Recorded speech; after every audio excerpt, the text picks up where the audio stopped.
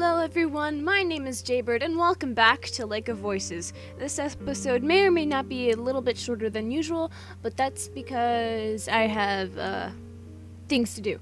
So, yes, for once in my life I have something to do.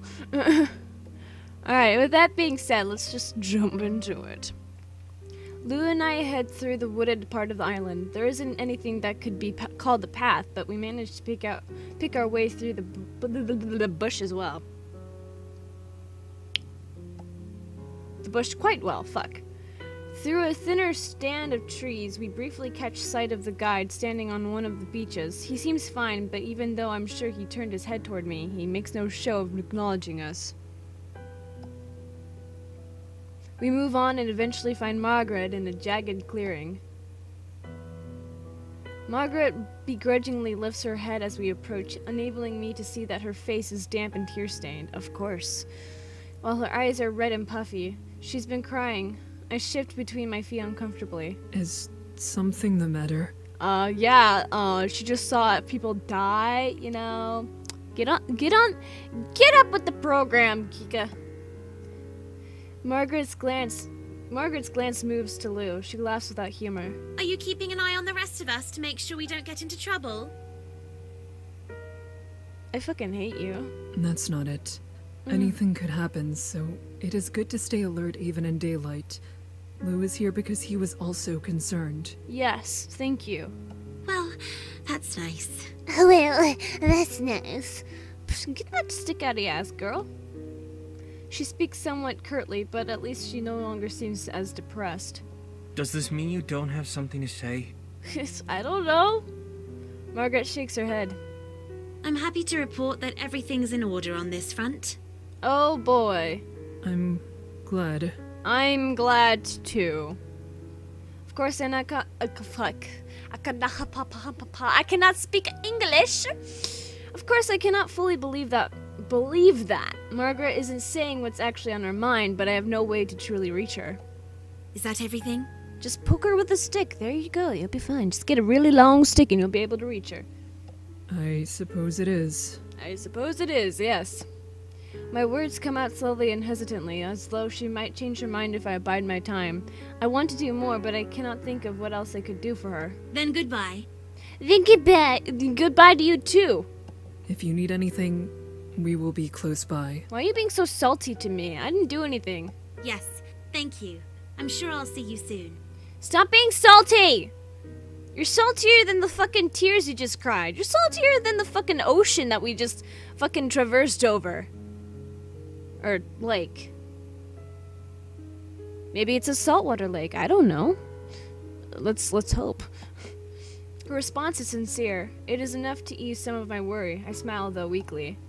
We leave her be and head off on our own. It's good to know the others are well. The one other person, yes, it is. We have nothing to do with our time now. Even I can't ignore the wistful tone in my voice. Something is tugging at my heart, trying to tear a piece away. That might be, the death of Bemele, your fucking friend. You ignorant, you stupid poop. Lou seems uncomfortable with my lowering mood. He stares out into the woods rather than at me. I think I'll go to the shore. Okay, good luck with that. His words snap me back hard to hard reality. Not just soft reality, no, it snaps you back hard to hard reality. What? Why? Yeah, why? What? Why? Yeah, why? I saw something earlier that I'd like to check out. Would you like to get a closer look? Just fucking pushes him in the water. The shoreline is dangerous. Whatever you saw could not be worth the risk. Yes. Lou actually laughs, a sudden sound that's as close to snickering as it is to sputtering. Watching a Nyx drag itself across the shore in the middle of the day would be worth the danger, in my opinion. Actually, it would. I think that would look funny. I give him a humorless, reprimanding look. Oh, come on, just laugh a little bit. Just be like, but seriously, don't.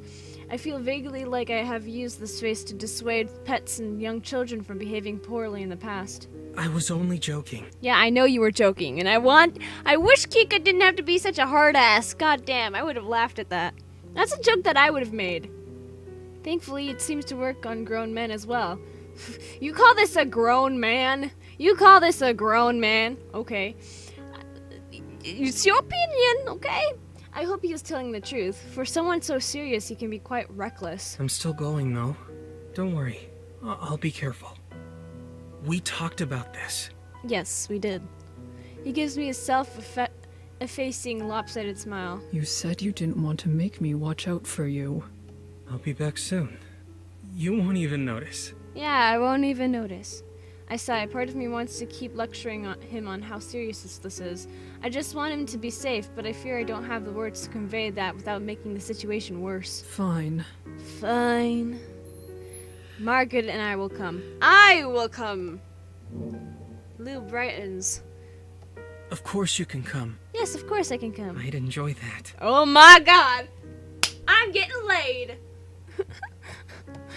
I get the feeling he was hoping I would say that, and it is not as though I don't want to be around him, the farthest thing from it. It's the activity itself that's the problem. Despite my reservations, we head to the beach. Oh boy. Lou strides easily across the sand, his bare feet sinking down in the loose grains as he stretches his arms contentedly. Contentedly, yes. It is so much nicer out here. Yes, it is. I agree. I make sure to stay close behind him, just in case. I would not want him to go off on his own.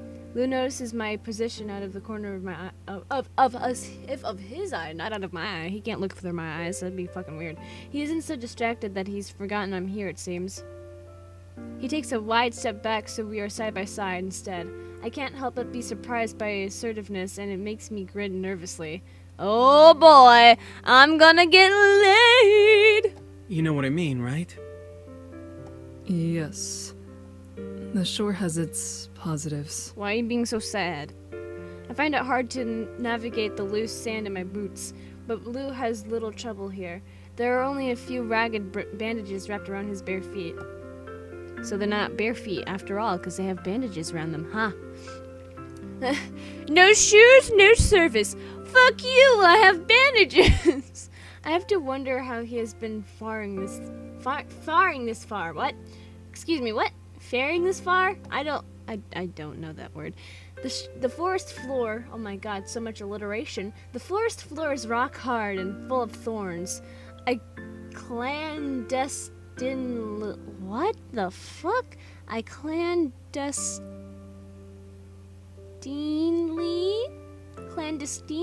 I don't know. I've never heard of that word. Fuck! Check for any signs of bleeding. Thankfully, there are no traces of it. It also does not escape me that losing one's shoes is an uncommon occurrence. They must have been stolen, or did he not have any to begin with?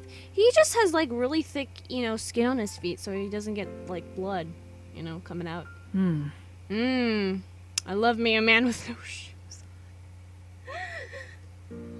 Gross! No, I don't have a foot fetish. That's so gross. Ugh.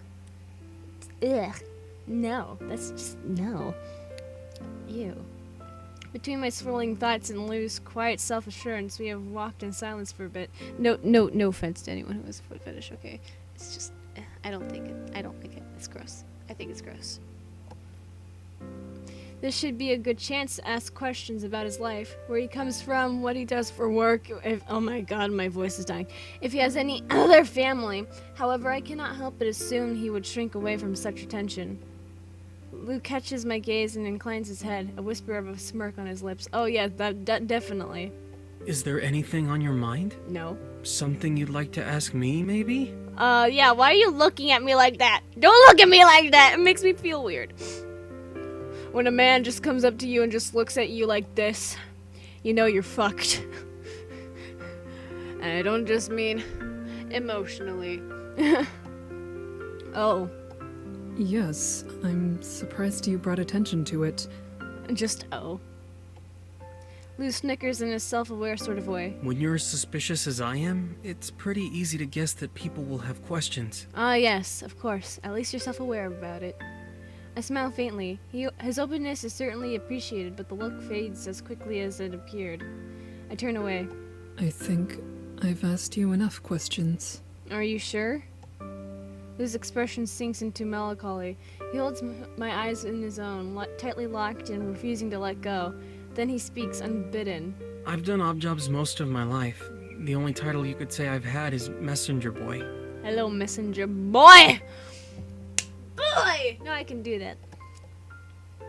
He hangs his head in embarrassment over his achievements and begins to drift further away. That is nothing to be ashamed of. Information is meaningless if it is not with those who can use it.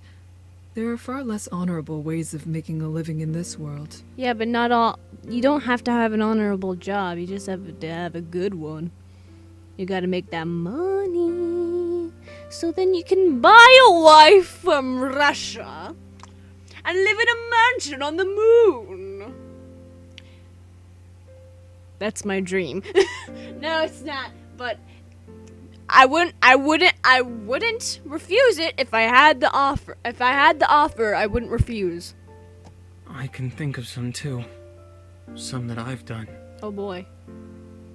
His words are mumbled, so it takes a moment for them to sink in. I'm not sure what to say, so I settle on closing some of the distance between us in an attempt to console him.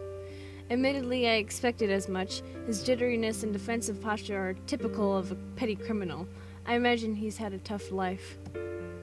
The warmth between us melts the dark mood that was beginning to form. A teasingly crooked smile blooms on Lu's face as he relaxes again. Don't look at me like that! It makes me feel weird on the inside! And it feels good. Not gonna lie. Thank you. Oh yeah, you're welcome. And please stop looking at me like that. I have a boyfriend. Sort of. Well, he's not here right now. He's probably gonna watch this video and be like, what the fuck? I'm sorry. I'm not cheating on you, okay? This is what it looks like. Alright, anyways, that joke is dead. I didn't say anything. I didn't say anything at all, you're right. That's what I'm grateful for. Okay. At that, I am able to chuckle and give a bent grin in return. It is no trouble. It is no trouble. Why am I just repeating everything she says, but in a different way? Lu turns his head away bashfully and lifts his hand, steadily inching it towards me. My pulse starts to race. Oh boy, you gonna grab my finger? He lets it drop before he touches me. Dang it! It is a relief as well as a disappointment. I know, right? I totally feel that. Once again, silence falls between us. Suddenly, Lu begins running forwards. There's nothing ahead of us. I'm completely caught off guard and left momentarily dumbfounded. I shout after him to come back, concern rising in my chest. He keeps up the pace, but he turns his head back to look at me, almost as if he's enjoying this. Oh my god! Look at that look on his face. What is this look on his face? He's just like, he's like, oh my god, no, oh no. Okay, hold on, I'm gonna take a screenshot and then I'll tell you what I just thought of. I know I could say it at the same time as I'm taking the screenshot, but you know what? I need to calm down first. I need to calm down and then figure out exactly how I'm gonna say it. Oh my god, no. I keep thinking about it now. Okay. Are you ready? I'm done. Okay. He's giving us the look of like, can I stick my dick in this? Can I fuck this? That's the look he's giving this shell thing or whatever the fuck it is. It's like, can I put my dick in this? I'm sorry. I'm a bad person. You should be ashamed of watching my channel. I'm ashamed of making this content. After a short sprint, he comes to a stop. As I reach him, he bends down and carefully picks something up off the sand. It's a strange, beautiful shell. Isn't it amazing? I wonder if other lakes have shells like this. I don't know. I'm not able to stop myself from sighing. I don't know. Is that what you were expecting to find? Probably. It is. I like shells. Oh, you're a shell guy now. Clearly you do. Clearly you like shells. You like shells a lot. The world is so dreary, Any flowers that bloom will wither and die in days without attention. I can't find a way to appreciate such fleeting things. It's only sad. Yeah, but you can break a shell, can't you? So, yeah. As he speaks, his voice descends into despair, dropping so low I almost don't make out what he says. I cannot think why this shell is impacting him so profoundly, but I want to comfort him. Somehow, regardless of it, I can fully comprehend him. Somehow, regardless of if I can fully comprehend him, God. Shells are beautiful and they can persevere. That is something I respect. That is what I can respect. Sorry, you messed up your line. And also, you can break them. It is good you were able to find what you were searching for. Oh boy, this is a life-changing event. I think so too. Oh boy. He lets himself remain lost in this moment for a second longer, then gently offers his meaningful shell to me. Why don't you keep it?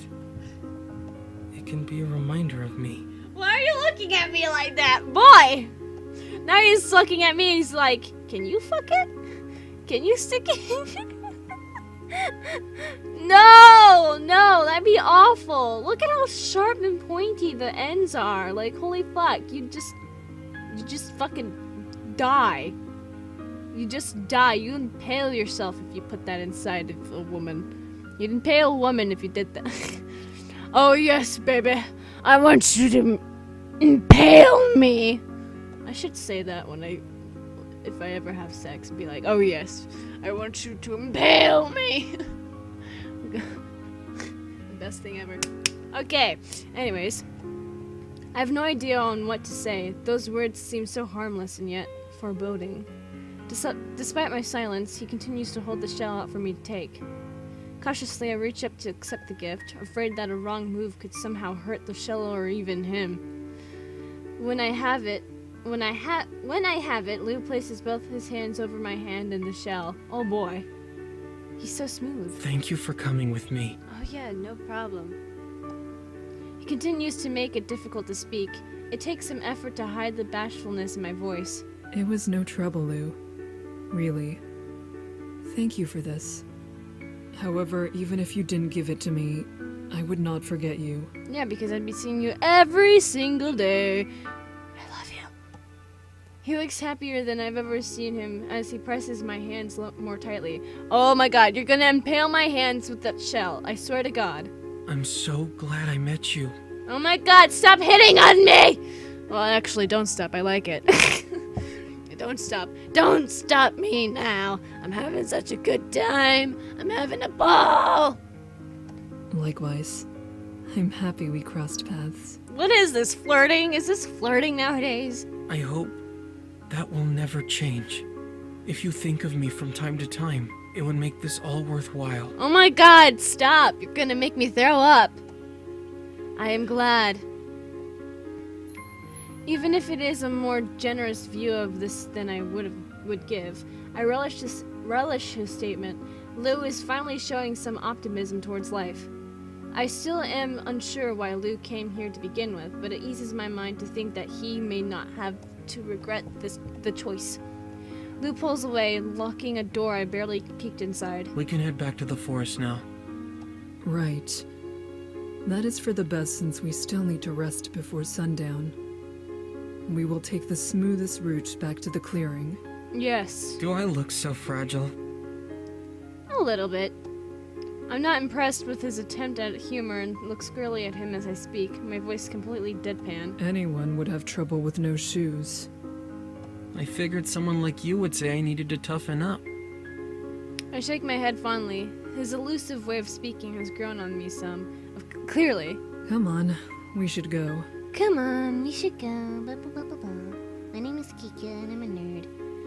Achievement unlocked! Comfort! Yay! Together we return to the woods. In what feels like no time, we enter the clearing. Margaret is already there waiting for us. She greets us with a smile. Hello.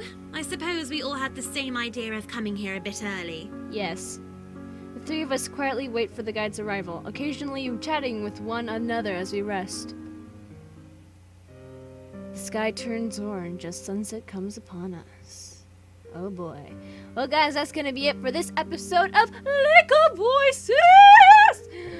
With that being said, if you guys enjoyed this episode and you would like to see more of this game, then leave a like down below, leave a comment down below, share it with your friends, subscribe if you haven't, ring that notification bell, and remember, die safely. Bye-bye!